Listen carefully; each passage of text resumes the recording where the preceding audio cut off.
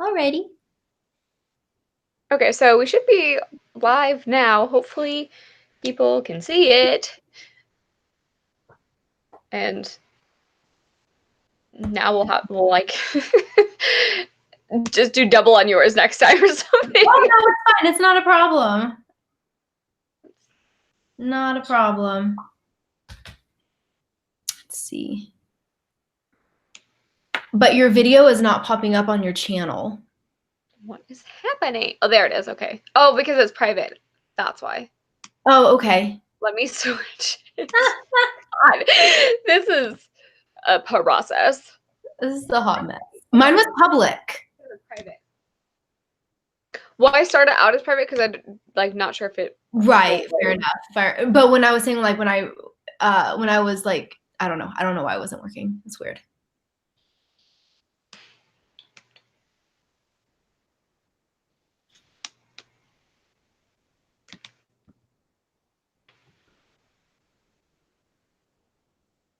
I don't see your video yet.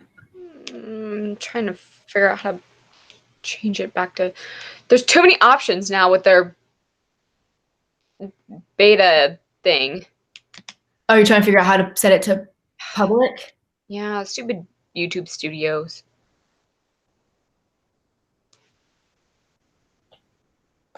Okay, here we go.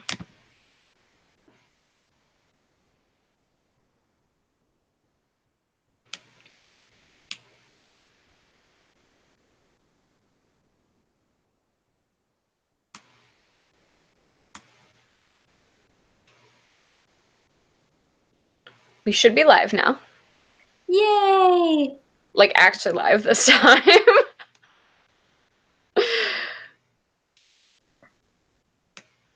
I'm sending a tweet that we're on yours. We had issues. Yay! Okay, I just sent a quick tweet. Let me see. Is your video up?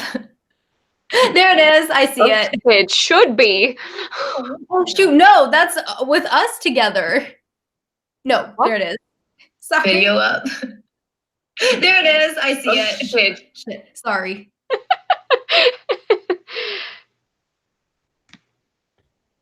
Okay. The most struggling of us all. So YouTube, I think we mentioned this before, but they are like redoing their entire, I guess, creator studios, and everything is changing. So sorry about that, guys. Which is very annoying. It is very annoying.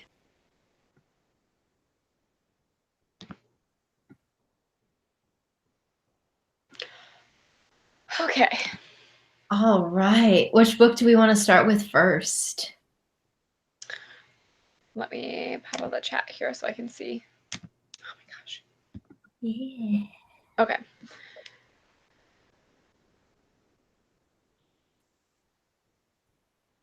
I think we have to start with Sadie because usually we start with the standalone and then we go into the series one. Yeah. But you did a poll on your Twitter, right? I did, and it looks like it ended up being like 53-47, something like that. Like, let's see, hang on. Yeah. So I didn't want to vote because I didn't want to throw it off. I didn't vote either. So it ended up being 50% for one book and 43% for two books. So kind of in the middle. Okay. So yeah, we're thinking of going to one book a month just because we've been picking up chunkier books and it's kind of hard to, yeah, Aurora Rising is pretty chunky. Yeah, and I'm really excited for that book. Yeah, me too. I think it's a 500-page book, and then we also want to do Shadow and Bone, which is like another like 400. High fantasy, so what? It'll be a lot of it's high fantasy, so it'll be a lot of world building. Yeah, so I think we're just gonna continue with one book a month, but we will continue with like the books that we mentioned on Goodreads. So if you already bought like the Shadow and Bone trilogy, and if you are wanting to read it with us, we are still doing it. We're just gonna start it in August. No, July. Because June is Again But Better, and then we didn't have a book for July. Yeah. Okay, so that'll be good though. Yeah. I'm really looking forward to Aurora Rising because I think I want to get the audiobook with the book because I'm hoping it'll be that same really good like the Illuminae series. I'm hoping that it'll be because it's with AIs and stuff. And Trevor's reading it and he's like right now and it says it's really funny. So oh, good. Is it better than Skyward?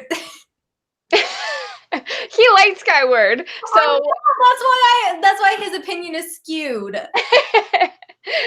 He's not very far into it, but okay. So that book should be coming out in a few days. Yeah, I think it comes out on the 7th. Fantastic. So yes, Sadie. What did you end up rating it? I'm between a 4 and a 5 out of 5 stars. So I'm like vlogging, and I was talking about this on my vlog that I'm like 4.75 out of 5 stars. So then on Goodreads, are you gonna give it a 4 or are you gonna give it a 5? 5. It's way too close to 5, and it's such a good book. It's just that ending killed me. But I get it. So it's like, I think because it is a standalone, because of the way that it was written and the way the story was told and the subject matter of it, that it's okay. Like it would be more troubling if that's how it was ending on a different type of book. But because of what this is, it made it better. And I was like, it didn't upset me as much as it normally would, leaving it off like that. Yeah, I agree. So if you haven't read this book, you're going to be spoiled. So forewarned. That way I don't have to like trip around the words here. Definitely. So yes, I was between a 4.5 and a 5 out of 5 stars. And it's just because of the ending. And that's just because of the type of reader I am. I like my ends wrapped up in a neat little bow, and that's the type of reader I am. So the fact that it wasn't bothers me, but it's not the book's fault. And it's like not the author's fault, because some people can read that and be like completely okay with it.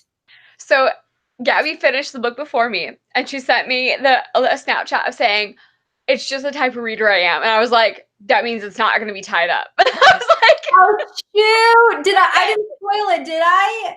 No, because like I didn't know how it was going to end. Right. Still, but I knew that things were going to be left undone just by you saying that. And I was like, Yeah. I mean, we found out one of the biggest things. We found out the killer. Yeah.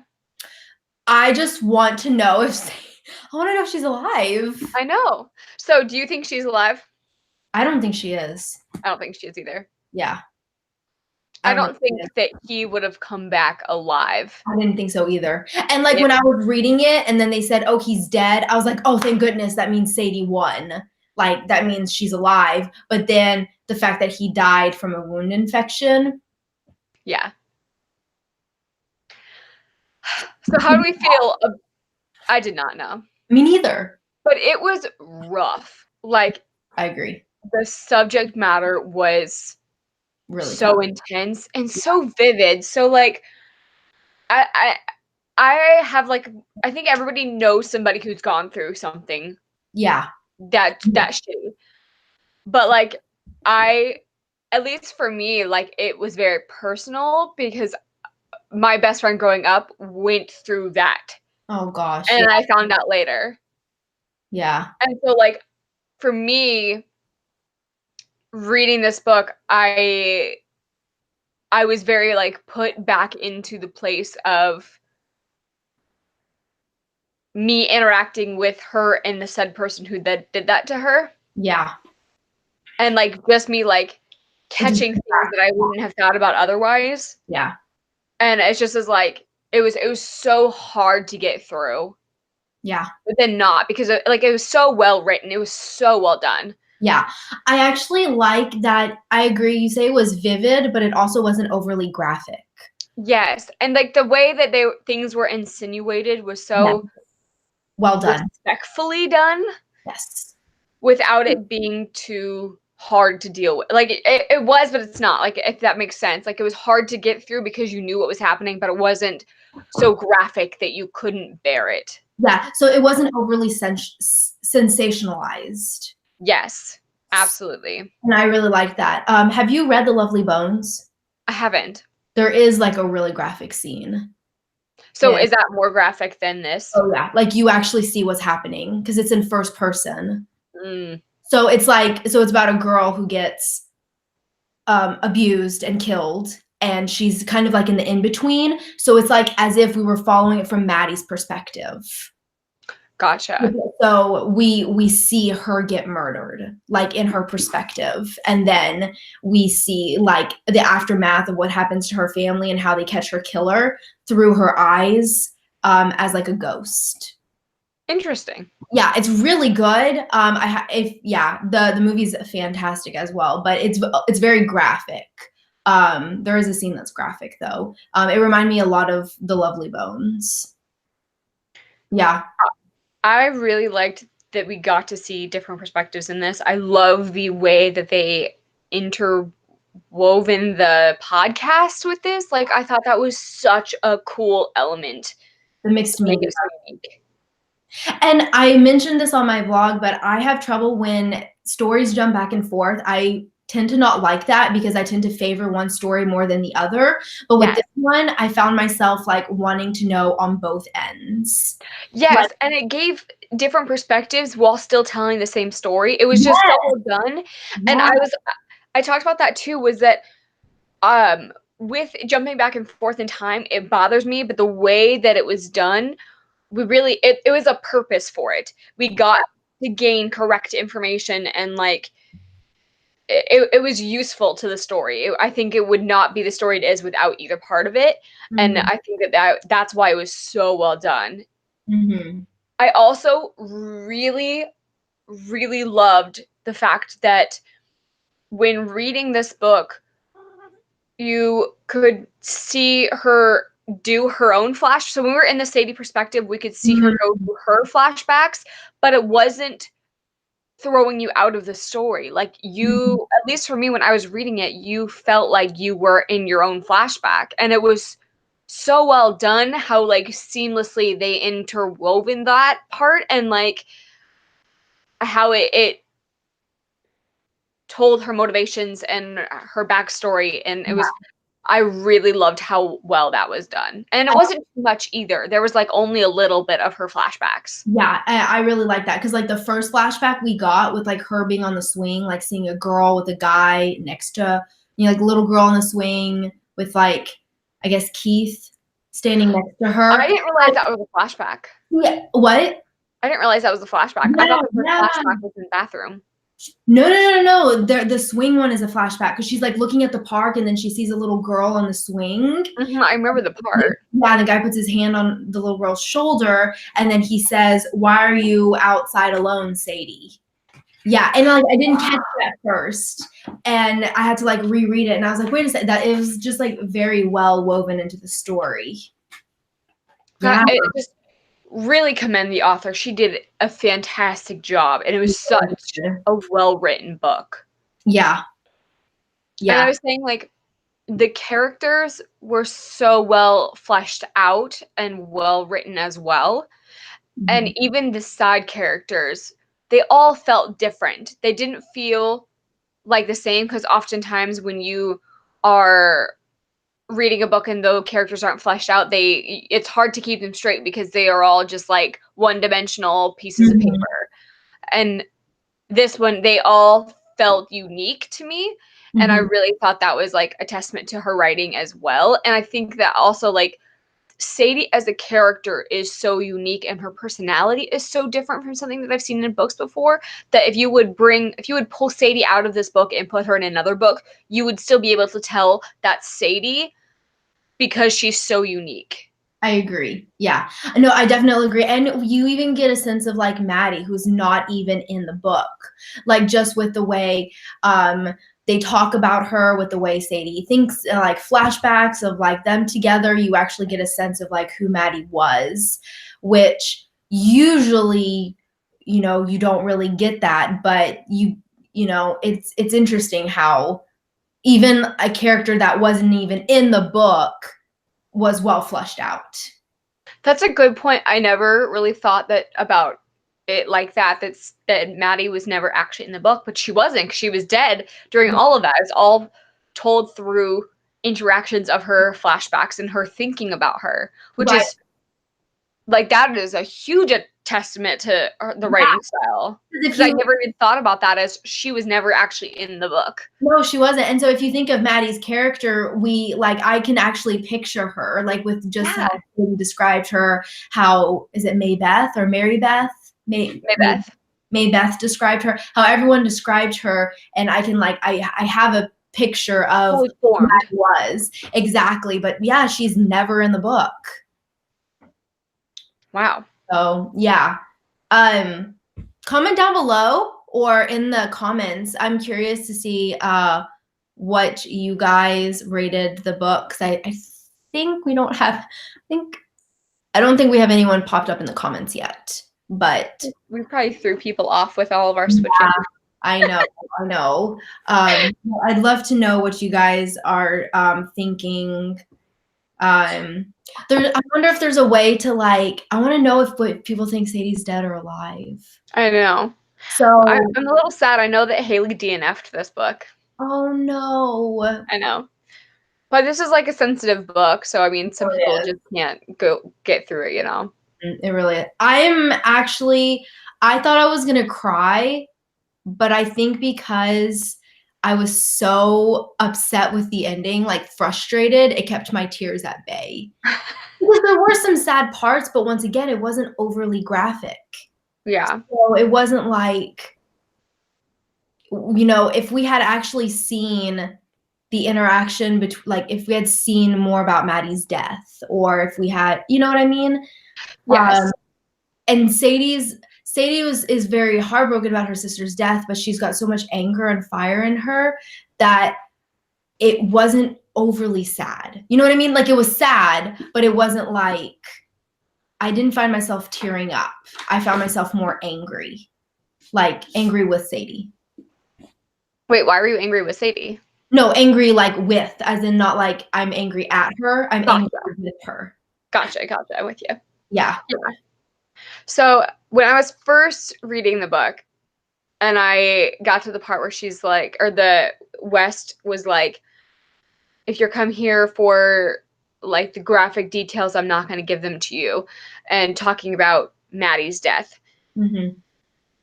I was a little torn at the beginning. Now, at the end of it now, I understand how important that is and how realistic, but I'm like, I'm reading a book. Like, I want to know the details. And it was bothering me a little bit that I was like, how did she die? Like, I want to know. And that we weren't getting that. I get it from a more realistic standpoint. And I think a lot of this is pulled towards the more realistic true crime feel versus a book. Because this story, if you told me this story was based, if you said this is based on a true story, I would totally believe it. Oh yeah. There's and I think nothing in here that like I did not find plausible. Yeah. So I think the ending really ties in with that as well, is that it feels very real to the story, that we wouldn't have answers. So that's why I was okay with it. And that's why ultimately I'm okay with not knowing how Maddie died. But at first I was like, well, we know she was she was sexually abused, and then she was. Do we know that though? I think it says that she was definitely hit over the head. It says blunt force trauma to the head. Yes. Yes. But do we ever know if she was sexually abused? I guess I don't think we do technically. I know, because it was always just under the assumption that Sadie knew that was happening to her sister. But then it also said, like, during that night that she left was the night that Sadie couldn't bring herself to save her sister again. And she, like, let him go into her room. that was the night that the mom happened to walk in on her. Yeah. Or walk in on him. So if that was the first night that Sadie didn't do anything, like didn't stop him, then it never sexually happened to Maddie in the home anyways. It could have happened when she left with Keith, but Right. it Yeah. never fully says. And I thought that was interesting. You're right. It doesn't, because I just found the page. It's page 6, and it says the first is the cause of her death was blunt force trauma to the head. Yeah. So and that's what he does to Sadie. Mm-hmm. Is hit in the head. At the last of her perspective. Point of view. Yeah. So I have a feeling he did the exact same thing to her. So, yeah. I thought it was interesting that he ran from Sadie. Yeah. Because he's such a domineering person. Yeah. And he forces his will upon people that in a physical confrontation, it didn't quite match up that he would run from a girl, especially a girl that he's already abused and taken advantage of. Yeah. That's true. I like her internal struggle with like her thinking, she tries to say like, I'm dangerous. I want to be dangerous. But then at some points she's like, gosh, I failed. Mm-hmm. It reminded me a little bit of Spencer from Skyward, like delusions of grandeur a little bit. Like Spencer was so cocky, but like at least Sadie like toned it down a little and like knew she had, like she's thin and she's malnourished and she wants to be stronger, but she wants to be dangerous, but she's not. I feel like that's a lot of similar personas. Like I think that having that bravado, a lot of weaker people have that bravado to make up for it. Yeah. Yeah. So I think in both of those characters, that was the case, is they knew they weren't strong, so they had to fake it, because if they didn't, then people would try to walk all over them. But if they at least put on that front, that it would give people a little bit more of a pushback. That's true. That's true. I really liked that she like said that too, and like she had that conversation in her head with a lot of people that she encountered was, I'm dangerous, why are you trusting me? Like, just because I'm a girl, just because I look frail, just because of my stutter. I do that. Why are you trusting me? What did you think about the stutter?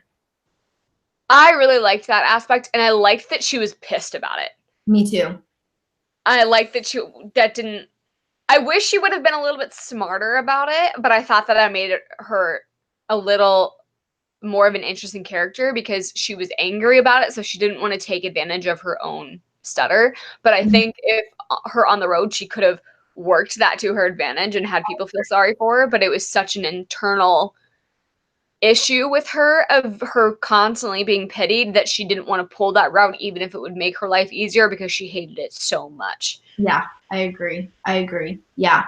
I don't know anybody with a stutter, so I don't know if it was well represented. Correct. But the way it was written, I definitely could follow along well. Like when you were reading it in the book, like when I was reading the words, I could see her stuttering. Yeah. And you could feel that anger of, like, especially when they first talk about it, she talks about how people would just say, like, calm down and get it out. And she's like, it's not that at all. Like, stop telling me that. It's not that I am overwhelmed. It just doesn't work. Yeah. Agreed. Yep. What did you think of the twist with the postcard? I was so not caught. I did not catch that at all. I was caught off guard 100%. Yeah. But I really like that. Totally falls in line with the rest of the story. Yeah. Yeah. Why she's so upset. Yeah. Well, and like, that's something that she would do. Mm-hmm. Like, it fits very well into her character, but I was so not guessing that at all. And once her mom like revealed that, I was like, oh shit. And like, also like, oh shit, how heartbreaking that is, because it's like, that's why she Hi, Trisha. Oh, hey, Trisha. That's why she hurt so bad about all of this, was because that's what like pretty much sent Maddie on her way. And I was like, so even like she already put that on her of her being the one to protect Maddie, and then she brought this postcard into their life, and that was like pushing her over the edge type of thing. And I was like, oh shit. Yeah, I yeah. was not ready for that My one. heart sank. I was like, oh no. And that was like one of the biggest, I guess, twists of a book that I did not foresee coming. Because it's such a minor thing, but it's Yes. not really minor because it's really the catalyst that sent all of the different, that basically is the catalyst of all the actions that basically led to Maddie's death. Yes. And the fact that, you know, and we were hating the mom the entire time for sending something like that didn't seem that big a deal, being a big deal. And I don't think Sadie thought it was going to be a big deal either, you know, until everything that happened. And I think that's the way thrillers should be.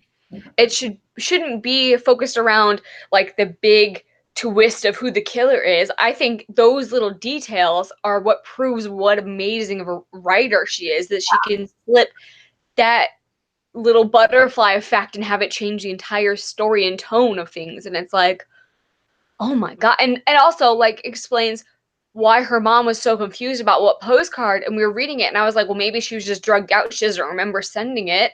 And Yeah. then you like saw her crying, and then later it's revealed that she never sent the postcard, and I'm like, oh my god.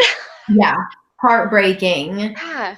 So, Trisha, what was kind of like your breaking point? Yeah. I need to go back and I hadn't watched your video yet, your review, because I wasn't sure if you were into spoilers. Spoilers. Because Yeah. I just finished the book today, so I'm gonna go and watch your review on it.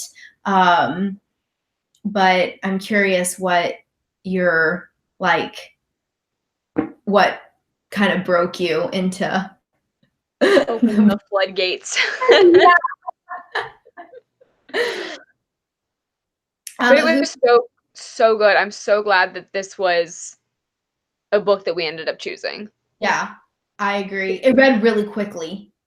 Yeah, and I think like this is a book that will stick with me for a long time. Like Yeah, the book is so important because it tackles such important issues, and that it feels so real, that I think it'll stick with me for a while. yeah, yeah. Okay, the pictures were hard. Did you like see that? I didn't see it coming, but when she is back at the diner and she is like really sick and she talks about what she found in the safe, like, did you know what it was?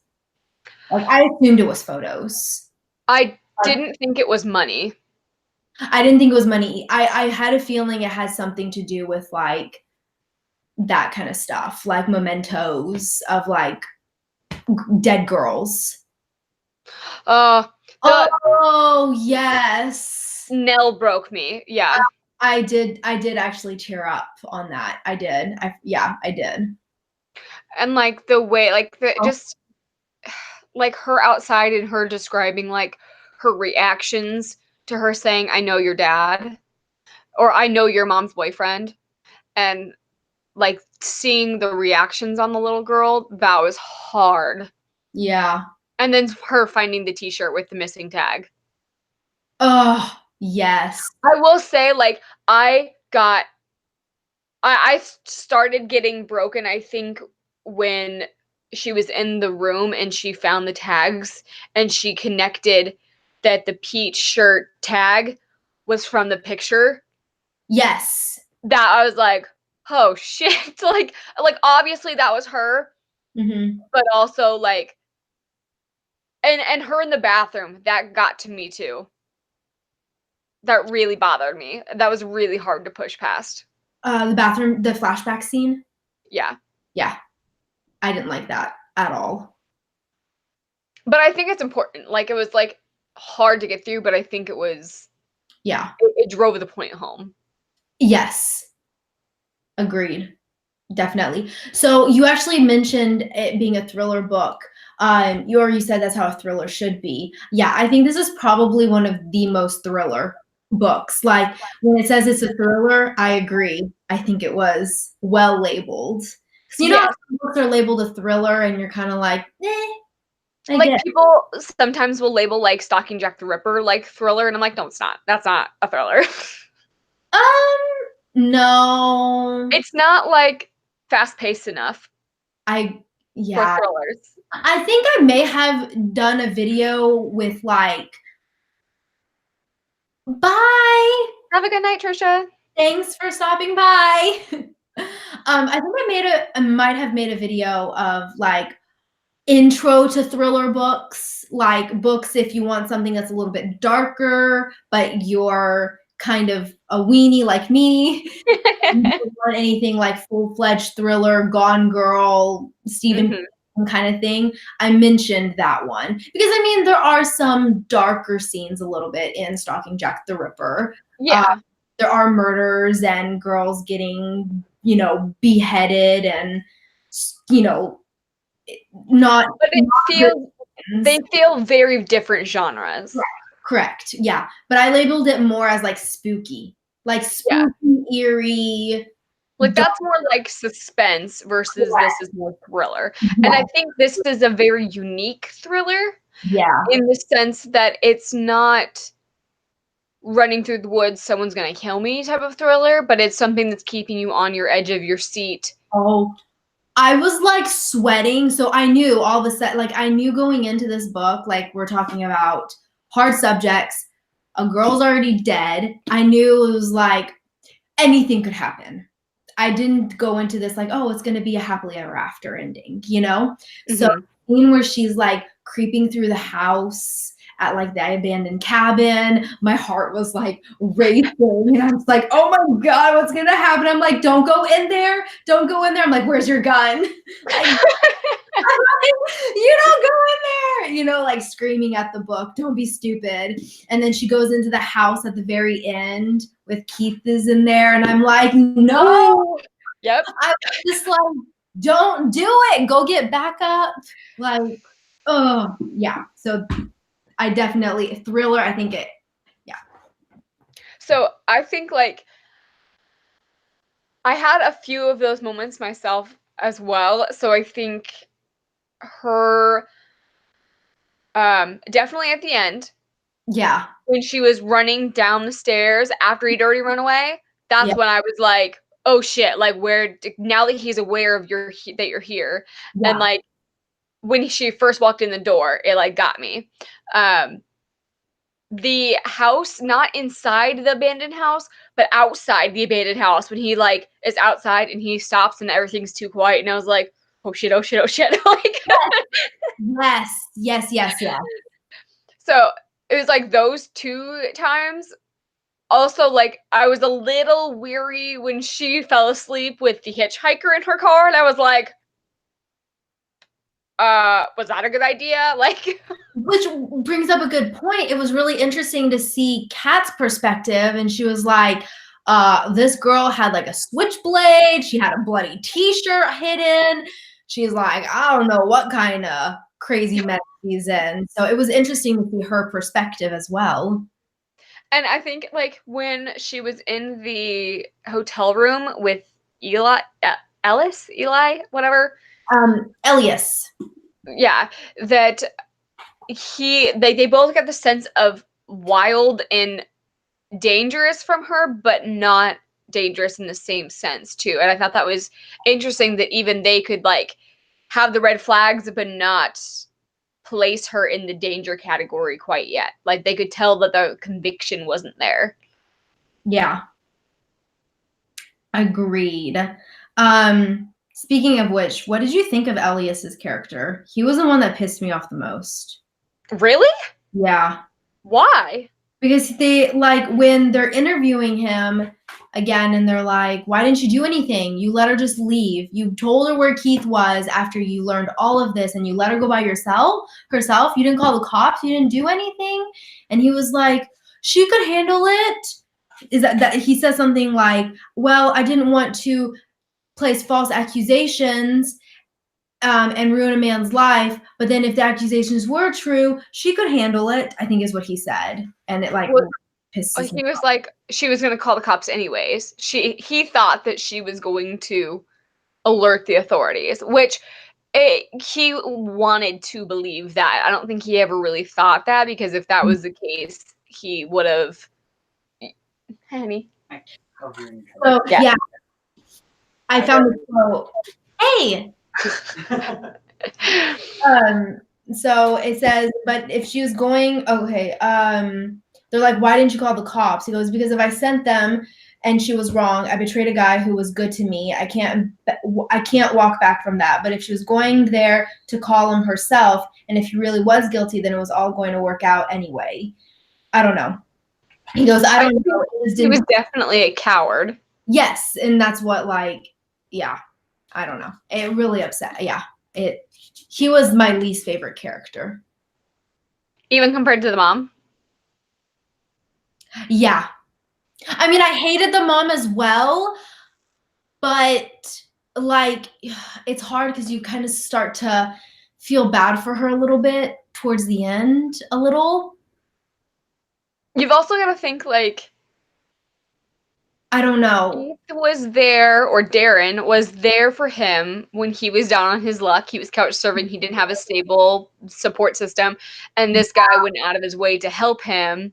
Yeah. And he's like, and he's only ever known him as a good guy. So it's like, that's true. If I'm wrong, how could I have done this to someone that was so good to me when no one else was? That is true, actually. Yeah, that is true. Because people are so reluctant to believe the worst in the people that they know already, you know? I guess maybe we didn't get enough of Elias to, like, really judge. You're right. You're right. I'm judging. I don't know who I disliked the most. Obviously. But, I mean, that besides the point. Well, yeah. I think Silas bothered me more than Keith, to be honest. Yeah.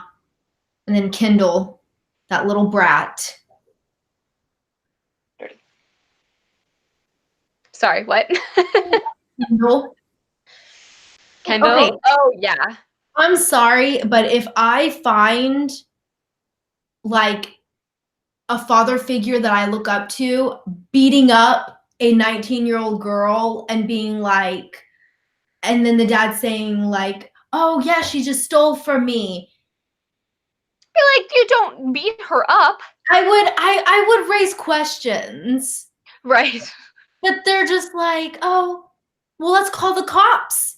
Let's put her in jail. Like, after she's clearly, gotten physically assaulted. Do you think that they were also sexually abused? Ooh. I don't know, because they stopped talking to Javi because it was Javi, right? That's how you pronounce it? Yep. Okay. They stopped talking to him after he called in with the allegations, or like he call. Yeah. They stopped talking to him. So Which is mind blowing that like the rest of the town is still like trying to be on their side, and you're like, what? That's a very interesting question. I don't think they were. I don't think they were either, just because if they were, you would imagine that they would raise more questions. Correct. They like willingly believed that Sadie was in the wrong. Correct. Right away. Exactly. And like, I don't want to speak ill of Maddie because she's dead, obviously. But I mean, from what we got from this, her descriptions, she was kind of bratty, and we think she was not sexually abused because Sadie took that brunt. Yeah, exactly. And I think that if Maddie knew like the true of what was happening, I don't think she would have been such a jerk to her sister for those last like months when their mom disappeared. I get it that she was upset and she was like, angry that their mom left them, but Like you said, I think it would have raised more questions. Granted, she's I think she 16. wouldn't. I also think that she wouldn't have gone with Keith Agreed. Agreed. if Keith had done that. I don't think that Maddie was ever aware that Keith was in her bedroom. Right. So I don't, yeah. So I don't think that Maddie and I don't think Kendall and Noah and then Javi says he also was not abused. Yeah. So those 4 characters, I don't think they were. It also makes me think, like, why some kids and not them? You know what I mean? Like, it's like, where's the? I guess I can't like wrap my head around that of like, where's your line then? If some's okay and not, so it's just like, Maybe it's like, oh, I don't know. see, and it's too hard to like get in that mindset of to figure out like where's the line of where's your logic of the line, Yeah, that's so sick. So I disliked Silas, I think, the most because he had I don't know, the more stereotypical, overbearing asshole Yeah. for more words, lack of Yeah. more words. Yeah, that's true. Yeah, Kat. I felt like Silas was kind of the one to prey on Keith. Like Marley would talk about how Silas took Keith under his wing Yes. because he recognized something similar in him, which obviously they did, but it felt like Silas was kind of leading the way. Yeah, I got the vibe that Silas was like in charge. Yeah, like the alpha. Which brings up an interesting point that Marlene, so she dates Keith well after Silas and Keith are still friends. So was Marlene ever abused by her brother? I don't think so. Or does she just learn about what they do? I Because think she learned afterwards because she was talking about how he used to sit in a chair that would overlook children's playground. ugh, And then that like kind of like clicked with her. got it. And it talked about how they were like, why did you still send her off when you knew that your brother was like this? You knew he was like this. Why did you still send her? And she was like, I never had the courage to push back against my brother. Yeah. Of like, and she's like, and I thought that she like nothing was going to stop her and that he needed that. Like, so she was aware that Silas was doing that, but didn't have enough courage to deal with it for herself. Yeah, yeah. Okay. Yeah, because I wasn't sure because they talk about how like they were never really close growing up and Keith had like problems at school and being inappropriate when he was like 17 with like younger girls. Yeah. And but then he like comes back and they date. I found like a little bit of a plot hole in that. Well, they said that he like exposed himself to elementary school children when he was 17, and then he became friends with Silas then, and then They were friends like growing up. no, I think it happened all at once. I think they went to high school together. Like they had gone to high school together. Oh. But then like after that, I think that's when they became friends. Interesting. But either way, they became friends after that happened. So maybe she just didn't know about it yet. I guess right. Like, why would she let him back in her house? Like, why would she let him in her house? She must have not known. Well, I'm thinking that they like, so I think from my understanding of how the storyline was happening was that he like exposed himself to them at 17, and then he went through that and then they like became friends with Silas, and then she just kind of like thought it was like a one-off thing, like it was just a weird thing that he went through, and then she like dated him and then realized there was shit going on. Yeah. Hi, Haley. Hi. Yeah, I could see people DNFing it just because. Yeah, did you DNF it because the subject matter was too hard to deal with, or just because, like, what did you dislike about it that made you not want to push through? Just leave, like, comments. I don't want to get you in trouble at work.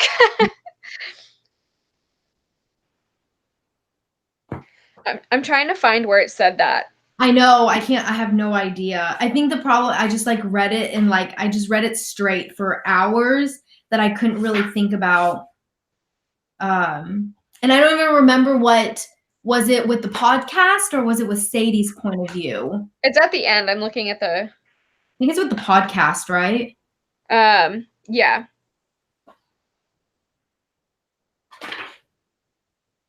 So Marley said, I think it was that they probably recognize themselves in each other.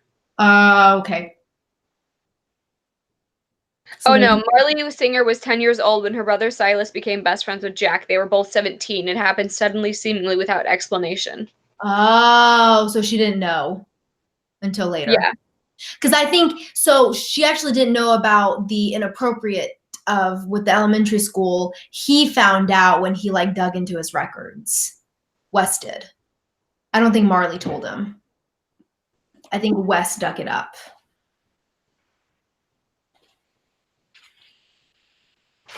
What page are you on? That was like 297 or something. Okay.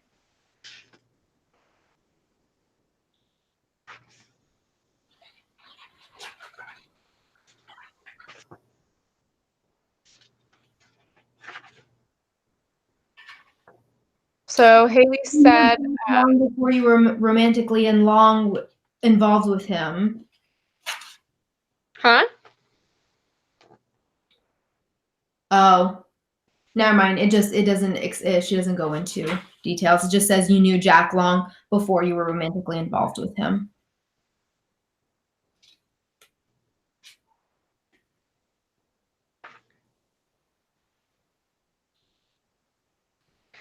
So Haley said she just couldn't get into it. It's putting her in a reading slump. Oh, okay. Yeah, so it's the same page, 295. And it's Wes talking to the studio. So this is, and he's saying how there was an incident when Jack was 12. He exposed himself to a group of girls at an elementary school. So he was 12. Marley Singer was 10 years old when her brother Silas Baker became friends with Jack. They were both 17. So I think he just learned that out of just like asking around. Marley never knew. What? Marley never knew. I don't know. Okay. I wonder, It is a really good book. Like, if you ever want to try it again, I would really recommend it because it is a really good book. Yeah. At what part did you DNF, Haley? But I will say it does deal with very sensitive topics. So Yeah. if you're sensitive to things like sexual assault or child abuse or child pornography, Pedophilia. or drug addicts, it will be sensitive. Yeah. Trigger warning. Yes. So do you think we touched everything? Is there anything you want to talk about before we move on to the Raven King? I'm good with moving on. I think we covered it pretty well. Yeah, this was a good book, a good live show. Yes. Lots happened. And see, this is what I love. I think this book was 300 pages and it was just the right length, you know? Yeah. Oh, just after she picked up okay. You're just about getting to the like really meat of it then. You're getting to the really good part. But yes, I did like how I liked the size of this book. I feel like it was a good 300 pages. Longer, I feel like would have been too much. Shorter, unless we figure out what would happen with Sadie. Yeah. I love that. And then shorter, I don't think we would have gotten enough. Yeah, I agree with that. Yeah. So do you want to move on to the Raven King? Yeah, let's do it. So you did not like it. I didn't. liked it. I was disappointed that that's how it ended. Did I hype it up too much? No, I loved this series. Like, I was hyping it up. Oh. But the way that it ended felt like a cop-out to me. Okay. Interesting. So, what did you rate it? I rated it a 5 out of 5 stars. And this is your favorite book out of all of them, right? This one and The Raven Boys. I keep going back and forth. There are scenes in this book that I adore, and then there are scenes in the Raven book that I adore. Interesting. See, and I gave mine like 3.5 out of 5 stars for The Raven King. Like, I was enjoying it for the most part, but the end really knocked my rating down, which I think is so interesting, is that I disliked the end in Sadie, but I understood it, so it only knocked it down about 0.25 for me. Yeah. This one knocked it down like 1.5 for me. Because like Sadie pissed me off more than this one, because it's like you have 4 books and it's like, Right. You have 4 books to build up this, and then you end it like that, and I'm like, really? What part was my favorite too, Haley? What part got you? Oh, okay.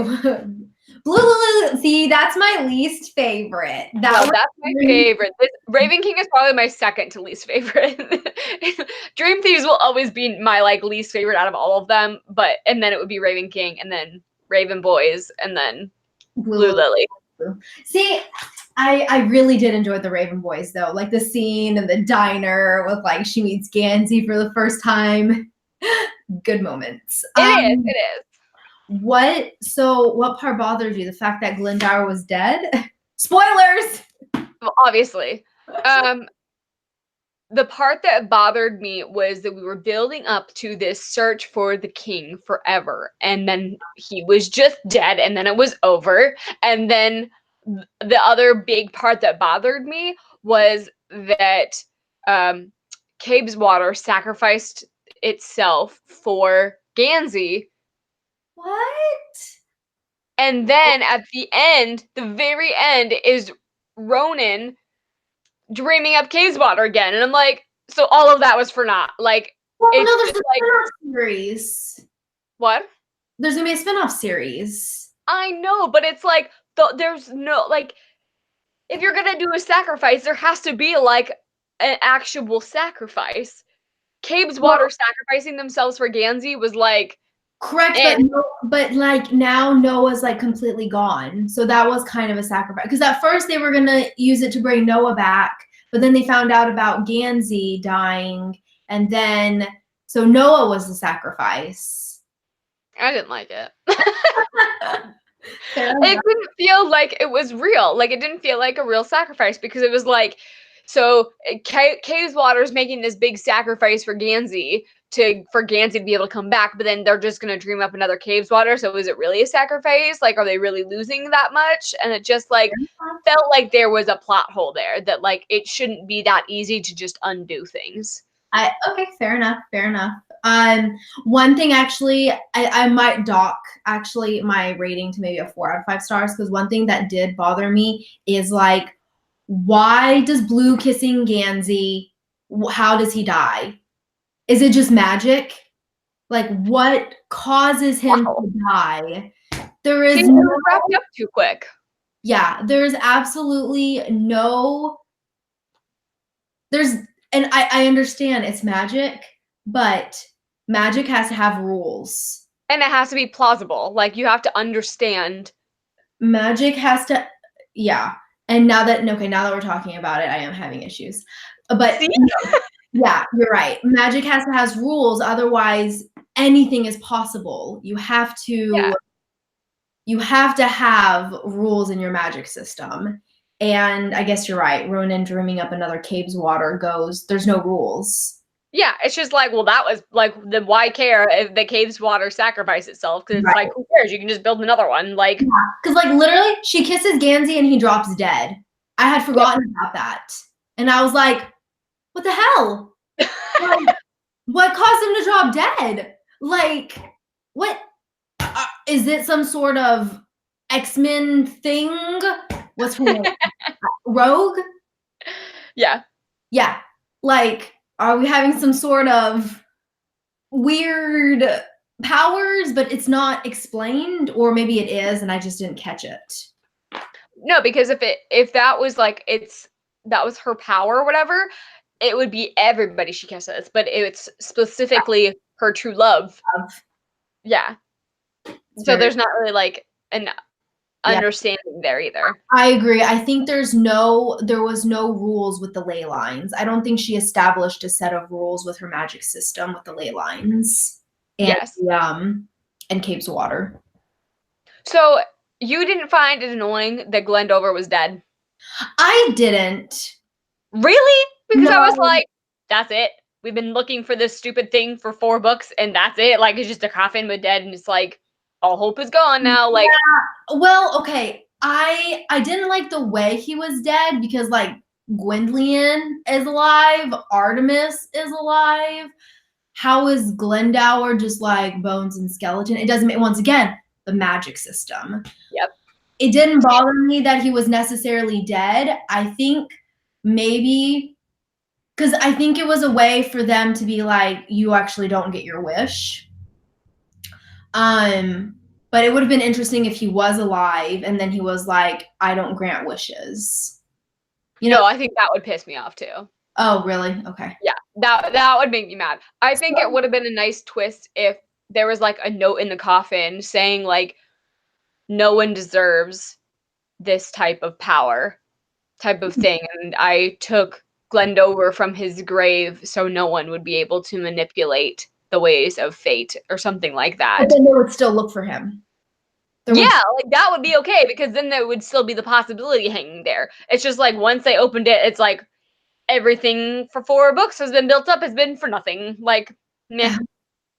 Also, I want to know who got saved from the wish then.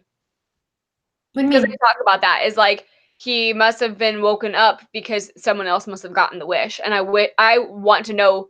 I missed that. Who gotten that wish? Oh, I totally missed that. So I think like if we would have like more backstory, or if we would, I don't know. Yeah. Okay, you're right. You're right. Is Artemis a tree? He's descendant from tree people. I had this conversation with Trevor because I was like, is she a tree? What's happening? Because like when she was like in that spot and she like was thinking that she was a tree, and I was like, what is happening? Like is she a tree now? Is she part of Cape's water? I was so confused. Is it imps, right? Imps in Lord of the Rings? Imps? Is that what they're called? Yeah. Interesting. Yeah, maybe I was just so hyped up on like Ronan and Adam and then Blue and Gansey's relationship that I like tuned out the rest of the plot, which is like what?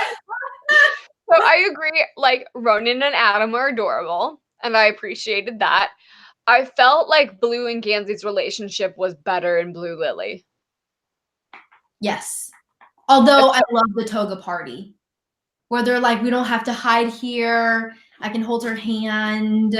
Yeah, I don't know. It was okay, but like I don't know. I like Blue Lily much better, though. huh? I'm more gooey than you are. Which is funny because I like contemporaries better than you do. You do, but you like the harder contemporaries. Yeah. Yeah.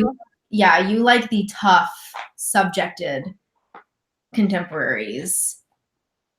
Like, yeah, I guess they all kind of have like twinges of something darker. Yeah, I like like Fangirl is my favorite contemporary.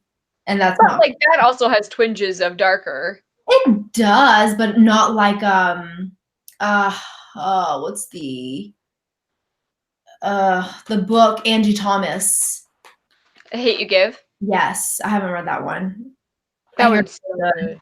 I hear it's really good, but it's like, I don't know. I think it's like kids being killed, right? It's like Black Movement, right? Yeah. Yeah. You should listen to the audiobook. Okay. I might. But yeah, so you like the harder ones, whereas like I stay away. I like the fluffy, cutesy contemporary. I mean, I like those too. Yeah. I mean, I have like the selection and Stephanie Perkins up there. That's true. That's very true. That's very, very true. Anyway, we're getting off topic. But you're right, actually. Sorry, I didn't mean to kill your book. Damn, this sucks. No, you're right, though. It kind of, yeah. Like, the Raven Boys was set up so beautifully. And, like, it was so well crafted. I think Dream Thieves, she dropped the ball there because she honed in on one storyline too much, and then Blue Lily really brought it back with we got the expansion of all of the storylines that we needed. Mm-hmm. And then Raven King, after having those two beautifully done books, Mm-hmm. and I mean, Dream Thieves is still well done, but she just dropped the ball a little bit. Raven King was just all over the freaking place. Yeah. And then the ending was rushed and things were left. I agree. Ends. Also, there was a lot of random people thrown in when At the last book. Yeah, which, like you said, she does such a fantastic job with the Raven Boys and building her characters and fleshing them out so well. She even spends an entire book on just one character, and then she throws in, like, I'm sorry, Piper, like... I mean, we saw Piper in other books. Correct. But then we have, like, her father, Lomanier, and then we have Sedona Lake. What's her name? I think I just butchered that. I just made that up. Henry's mom, is that what you're talking about? Yeah, what's her name? I don't know. See, that's the point, is like, don't remember. Yeah, and Henry all of a sudden is important. I liked Henry, though. No, I liked the addition. I do too, but it was very interesting. And then what's another one that was like, what the hell? I really didn't like the structure either. What? What happened to Neve? She came back. She died? Yeah. Where? The demon, like, there was a confrontation and she's like, unmake her, and that's when Neve died. Oh wow, I missed that. Damn. I totally would have missed it, but I was listening with Trevor, and he's like, pay attention here. Also, I was listening to it so fast on audiobook. She was dead. Yes. Yeah. That I was listening to it so fast on audiobook that I thought that was the name of it, that she was calling it was the Unmaker. But she kept saying unmake her, but I had sped up the audiobook, so it just sounded like Unmaker, and I was like, what? So that is one thing you have to, like, I didn't even catch on that Ronan was gay. Like, I knew he was gay because I had read The Raven King, but when you told me in the Dream Thieves, you're like, yeah, Ronan's gay. I'm like, who spoiled it? I didn't want to ask you. And then you're like, no, they say he's gay. And I'm like, oh, totally missed that the first time. I only knew he was gay because of The Raven King.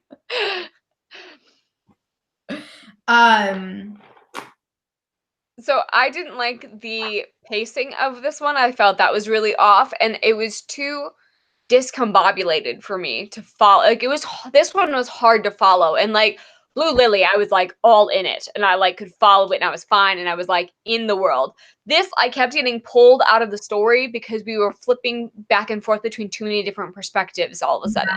See, I thought I was following really well at the beginning. But obviously it's because I was missing a lot of information.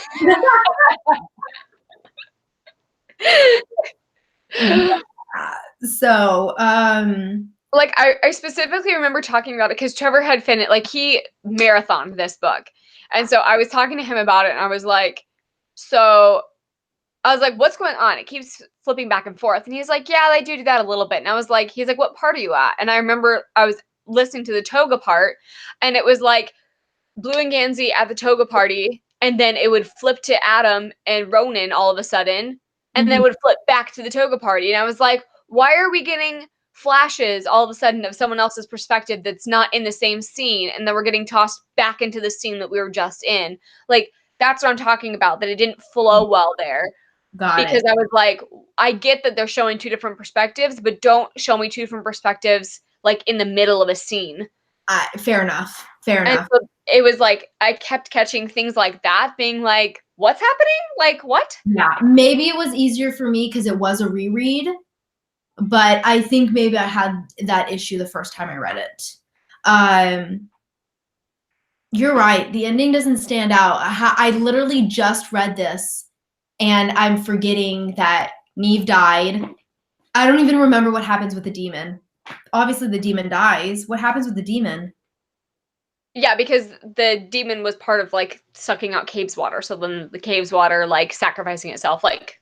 So the demon died. What Yeah. happened to Piper? It's like I didn't even read the book. Noah died. What? Noah dies. Mm-hmm. I don't remember what happened to Piper.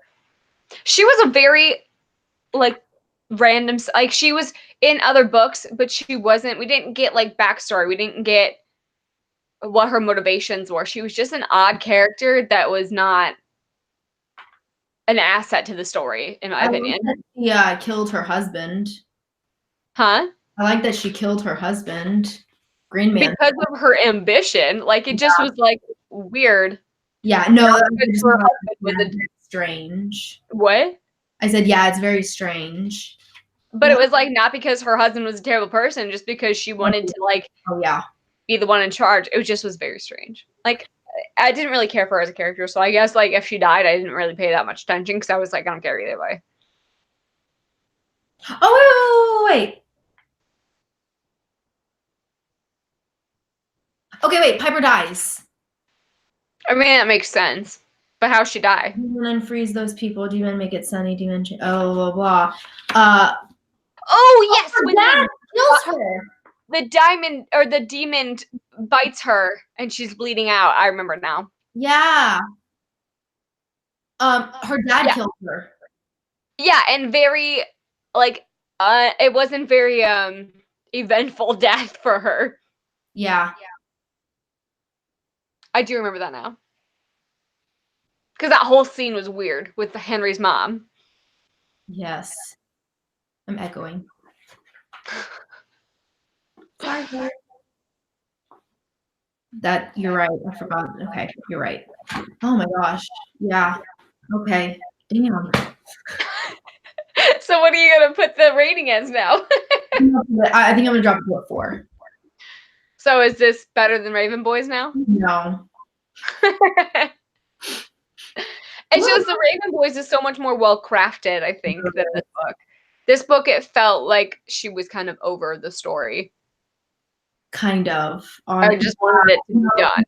Yeah, you're right. I wish that we had gotten more of the magic system correct. Yeah. And more like structured. Yeah. Yeah. Would you have DNF'd it? Or if it wasn't a Muggle Studies? Would you have would you have finished with the series? Like read the series? Yes, because I loved the other one so much. If this was like the second book in the series and it was doing this shit, I'd be like, no. Yeah, I agree, Haley. And you're right. With Sadie, it's different because it's one book. It's 300 pages. There is 100 pages less in one standalone than, like this series has hundreds of pages on it. So the fact that it ends the way it does is okay because we didn't spend 4 books with over 400 pages Building to this, yeah. You're right. No, you're right. But for some reason, the shock factor, I guess I just wasn't really shocked about it. I was like, maybe that's just shows how I was like, okay. For what? Which what part? Glendower. I was like, See, and I was like, not that I was surprised, but I was just irritated at that point. That I was like, seriously? Because that was such a good storyline that you wanted to know like things about it, and like that was like engrossing to me. So the way that it ended felt so anticlimactic that I was like, seriously? Yeah. Seriously? Like that's what he's been studying his whole life for, and like everybody, like so many people are on that subject because he connected to so many different people around the globe who are interested in this thing, and then just for this to be dead now, it's like, seriously? Yeah. Did we know that Ronan, I knew that Ronan dreamt of Cabe's water, but I knew that from the first time reading it. So was that a shock to you when you learned, or did we find out in The Dream Thieves beforehand? I don't think So was that, no, we did, because we found out about his mom. You're right. Okay.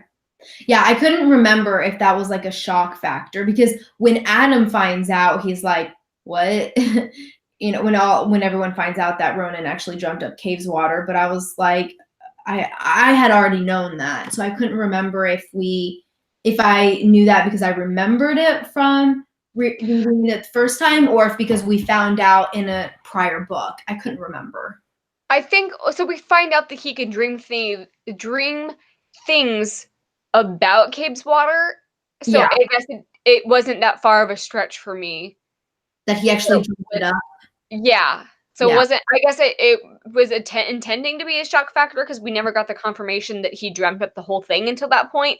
But it made sense because he was like making trees, and I mean, like, Yeah. it wasn't like that big of a leap. So yeah, I wasn't very shocked. Excuse me. Yeah, no, you're right. Oh.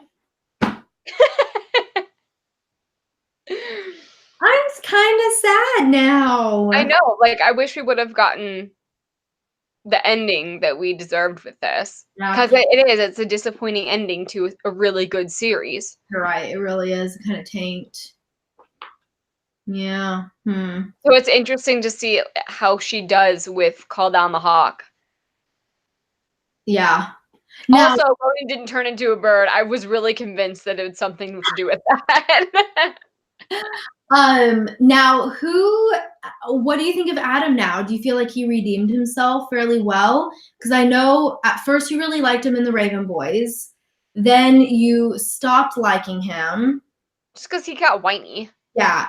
Do you feel like he got good character growth? Yeah.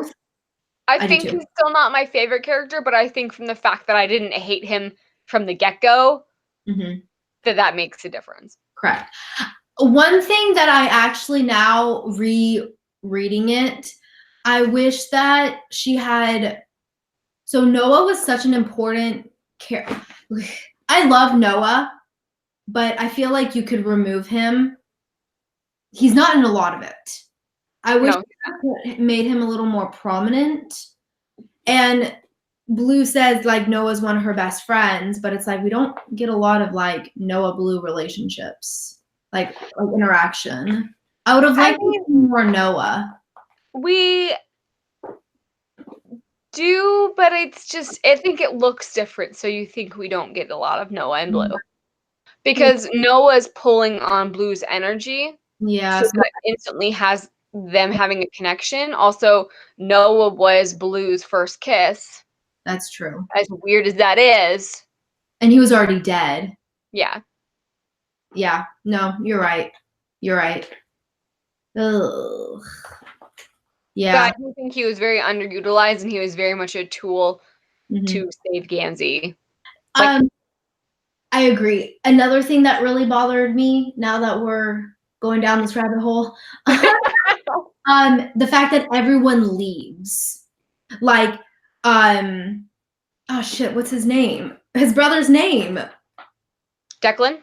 Declan comes, takes Matthew away. Then all of the psychics at Foxway leave, except for Calla and Mora. And I'm like, everyone's leaving. Yep. It just was not, she was just done with the book, I think. She was like, I'm over this series. I want to move on to something else. Yeah. Yeah. It's interesting. It's funny how, like, I guess it didn't bother me when I read it, and now that I'm thinking about it, I'm like, yeah, that's not okay. Sorry, I like ruined this. Well, no, I still love some of the really cute Adam and Ronan scenes, and I really enjoy like the toga party with Blue and Gansey, and I think one of the best scenes is when Adam and Blue are at her work, and he's like, why didn't you do me the courtesy of telling me? So when he's like, you didn't even give me the option of accepting it. You just flat out went behind my back and lied to me. Like, you don't, you know? So I love that. It showed just great character growth from Adam's point of view. I really liked the scene between Henry and Gansey, and talks about Henry being kidnapped, and with the whole like bee, and when they introduce like the dream bee and things like that. I think that scene stuck out to me so much, like, because it just was such a cool scene and so much character development in such a tiny scene that it was like really important to the story for me.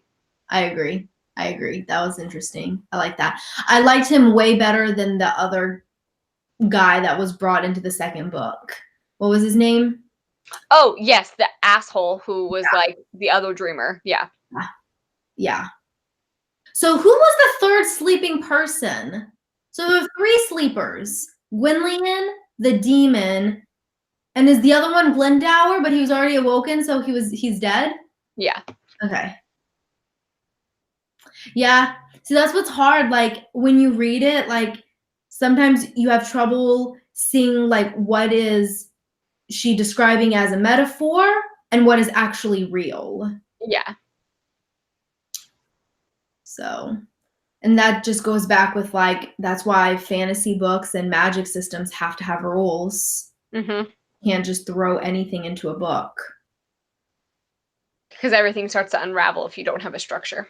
Right. Well, nothing makes sense. You get plot holes. Yeah.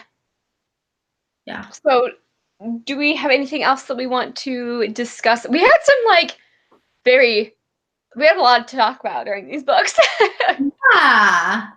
Well, a finale to a series. Mm-hmm. And Sadie was really, really good too. Really good. I hope we have a lot to talk about I think we'll have a lot to talk about with Aurora Rising. I'm hoping so. Yeah. Huh. Especially because this is probably like one of my most anticipated books this year. So, gosh, I hope it doesn't tank. I can't imagine. I don't know. Everything, like, even though it took me a while to get into Nevernight, like, that's still such a fantastic series too. So I just feel like J. Kristoff can do no wrong. I agree. When is it? Oh, May 6th. Okay. So it comes out in 2 days. 6th or 7th? It says May 6th. Usually books come out on Tuesdays. Really? Yeah. I believe you. This says May 6th. Let me see. What's a good website to trust? I mean, his Amazon says May 7th. Yeah. Okay. Sorry. That's what I was like, what? Oh, Goodreads says May 6th. That's not reliable. I mean, also his Twitter, because he that too. Let's go to his Twitter. It's probably Tuesday because that's when books come out. I just realized Dark Dawn comes out in September. Uh-huh. Oh, his just says May. It doesn't have the exact. Okay. No, it's May 7th. It's the same as Again But Better. Yeah. Which, if you go into your Barnes & Nobles, there's already Again But Better on the shelves because I put some out the other day. Oh, fun. And that is our June book. I don't know if we mentioned it, but yes. So, which I'm nervous about. But yeah. I already started. But I'm excited for Aurora Rising. Yes. And that'll be our next one. And that'll be over on Gabby's channel because if I can figure out But that is going to be it for this live show, I believe. Do you have anything else you want to put in? No, I'm good. Okay. I think I'm good. Oh, when the live show is. That should be. Didn't we say? Oh, I don't know. Is it the 1st June? Are we doing June 1st? Let me double check. I've already taken the days off. It's usually June 1st, or usually the first Saturday. Just let me know. Let's see. My work schedule. Yes, June 1st. Perfect. I have that day off, so I'm good Cool. too. Wait, what is July? I don't know. I didn't take that one off yet. Okay. Well, I have that weekend off as well. So actually, I have every weekend off in July, so I'm good. So it's lucky girl. I'm gonna be really busy during the weeks, though. Okay, so June 1st is our next meetup for the live show over on Gabby's channel for Aurora Rising, so that'll be fun. And thank you guys all for joining in, and we will see you guys next month. Bye! Bye!